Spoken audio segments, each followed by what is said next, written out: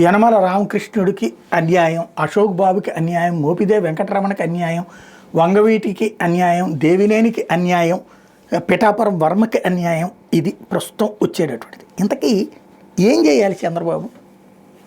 భవిష్యత్ తరపు నాయకుల్ని తీసుకురాకూడదా? ఎదిగేలా చూసుకోవద్దా? అదే సమయంలో ఇచ్చిన వాళ్ళకే పదవులు ఇస్తూ పోవాలా? మిగతా కేడర్ పరిస్థితి ఏంటి? ఉన్న అవకాశాలు ఎన్ని?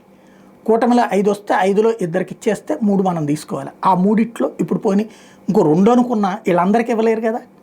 బేసిక్గా ఆయన పని ఆయన చేసుకోవాలి కదా. భవిష్యత్తు గురించిన ప్రణాళికలు తయారు చేయక తప్పదు కదా. పిండి కొద్ది రొట్టె. ఇదివరకు ఎక్కడో ఎందుకు జగను అంతమందికి మంత్రి పదవులు ఇచ్చాడు. 2 సార్లు మంత్రివర్గ విస్తరణ కూడా చేశాడు. అంటే ఫస్ట్ సార్ ఒక మంత్రివర్గ ఇస్తాను, తర్వాత మంత్రివర్గ ఇస్తాను. కానీ పదవులు తీసుకున్నోడు పదవి పోయినందుకు ఫీల్ అయ్యాడు, పదవి రానోడు పదవి రానందుకు ఫీల్ అయ్యాడు. అదే సందర్భంలో టిక్కెట్లు తీసుకున్నోడు మళ్ళీ ఇవ్వనందుకు ఫీల్ అయ్యాడు, మళ్ళీ ఇచ్చినటువంటి వాడేమో ఏం చేస్తాంలే అని ఫీల్ అయ్యాడు. కాబట్టి ప్రాంతీయ పార్టీల్లో కార్యకర్తలు ఆలోచించాల్సింది లీడర్ని ఫాలో అవ్వడం. లీడర్ని ఫాలో అవ్వడం కాకుండా లీడర్కి సంబంధించిన ప్రతి పనిని తప్పుపడతా ఉంటే ఇక ఆ తర్వాత తప్పుపట్టడానికి ఏమీ ఉండదు.